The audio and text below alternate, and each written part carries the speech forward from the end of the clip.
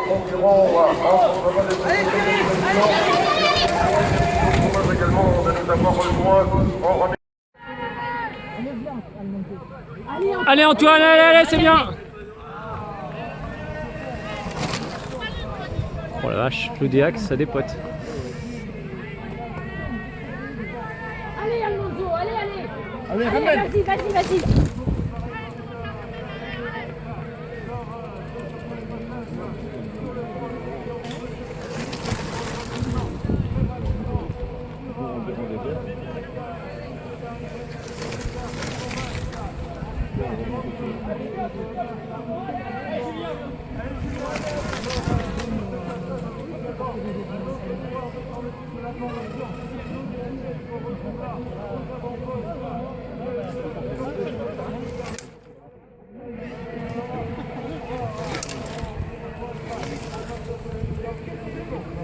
Allez, go!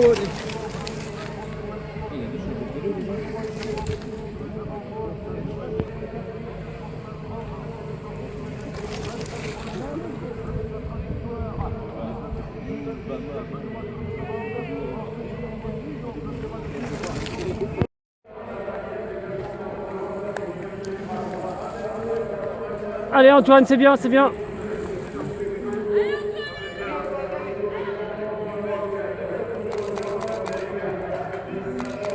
Allez, c'est bien.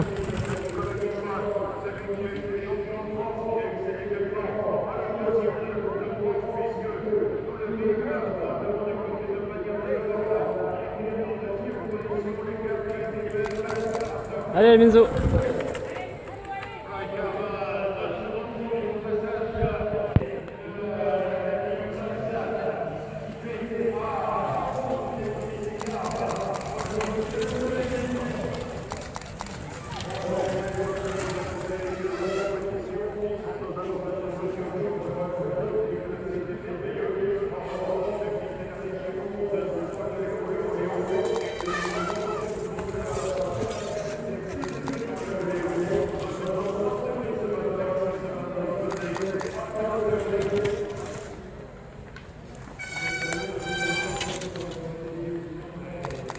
Sans frein, ça va être compliqué.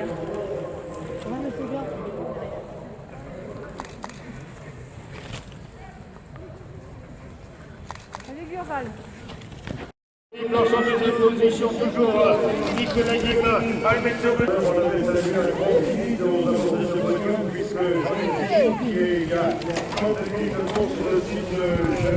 Il n'y a pas de merde. Notamment avec le petit gabarit pour la taille, mais grand courage et par le talent. De l'arrivée, avec un écart un petit peu aux alentours des 13-14 secondes, me semble-t-il, pour le deuxième, troisième, on va le retrouver avec Alberto Benoît qui part là également pour les 4 écart 30 secondes. 30 secondes pour les 4e, 5e et suivants qui pointaient au dernier pointage à 8 minutes. On va les retrouver donc dans quelques secondes maintenant, il ne serait tardé à Lyon-Bouillenne. Autre passage ici avec Hugo Poitilleux en compagnie de Clément Mélaïa, l'homme de la formation de Renault. Le grand favori sur les commandes. Allez Clément, allez.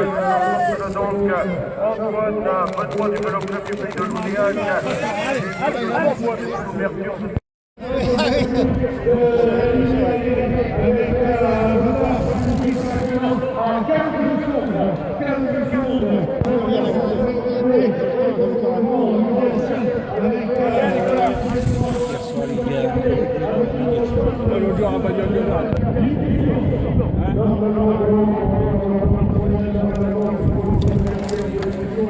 Eric Sémignon, qui avait été le deuxième d'un championnat de Bretagne, en dernier tour, il est parti pour les deux derniers tours. Le Antoine Benoît, le vainqueur du monde dernier du côté de Coué, dans le challenge général, à la deuxième place. On retrouve là Nicolas Guillemin et Ganéka à 23 secondes. 23 secondes en tout cas pour le deuxième de cette épreuve. Les concurrents doublés. Almenso Benoît, la voilà donc à l'entame des deux derniers tours. Almenso Benoît qui avait été souvent en place d'honneur ces dernières semaines et pour celui qui a été également nous sommes avec le champion du Morbihan sous l'œil avisé. Mesdames, messieurs, Cyril Guimard qui nous rejoint. C'est trois vainqueurs d'étape sur le Tour de France pour celui qui avait remporté le Paris-Bourges. Gélis qui a remporté le Grand Prix du Livre, qui a été 2 fois 3e des championnats du monde. Comme il se doit, Antoine Benoît qui passe là à un tour de l'arrivée, celui qui porte le dossard numéro 1, celui qu'on a retrouvé vainqueur amiral à Arget-Plessis, Audrey deuxième de la Coupe de France à Gervance, Coupe du Monde à Valkenburg, quatrième du championnat d'Europe, vainqueur à Liffré, vainqueur à Bagnols-de-L'Orne, vainqueur dimanche dernier du côté de Plouay. À la deuxième position, on retrouve là le coureur Nicolas Guillemin, l'homme de la formation du VCP de Loudéac, troisième amiral, vainqueur à Clissigny, autre concurrent l'Oudéacien qui va partir là également pour le dernier tour. Almenzo Benoît, deuxième amiral, vainqueur à Fougères, à Kerlouan, deuxième à Château-Giron, vainqueur à Vège, vainqueur à Liffré, deuxième du championnat des Clermont, troisième dimanche dernier. Sévignon qui sera en prise quant à lui avec le représentant de la formation du pays de Vilaine, c'était Ronan Chedaleux, passage qui se fait. Le voilà, le voilà. Le voilà avec la victoire et un tonnerre d'applaudissements pour l'homme du VCP de Loudéac, Antoine Benoît, champion de Bretagne, qui montre bien les sponsors. Superbe victoire en tout cas pour celui qui aura mené de bout en bout ce championnat de Bretagne ici sur ce magnifique circuit. Avec vos applaudissements également pour le vice-champion d'Europe, Nicolas Guillemin, l'homme du VCP de Loudéac, deuxième, on le retrouvera tout à l'heure au protocole. Merci Jean-Yves, merci avec Nicolas Guillemin, le coureur pour l'organisation. L'accueil pour la troisième place, signé Almenzo Benoît, l'ancien champion de Bretagne, quatrième d'un championnat de France, troisième donc de ce championnat régional dans la catégorie des juniors.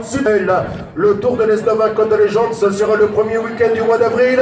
C'est la lutte pour la quatrième place. Regardez le sprint, superbe, favorable à Ronan Chedaleux au détriment de Pierre. Terminé, on va retrouver ici la formation de l'USM qui va venir prendre une belle place d'honneur avec l'arrivée ici pour le dossard 5 d'Alain Chevillard, Hugo Poitrieux, l'homme de la formation qui est champion du Finistère. C'était du côté de Châteauneuf-du-Fou.